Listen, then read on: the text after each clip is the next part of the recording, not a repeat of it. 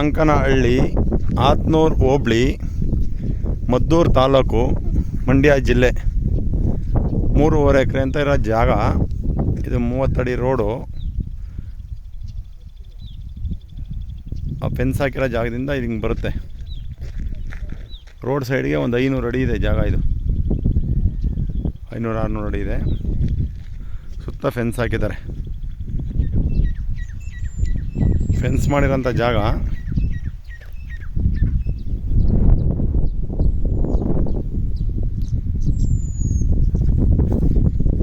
ಮೂವತ್ತಡಿ ರಸ್ತೆ.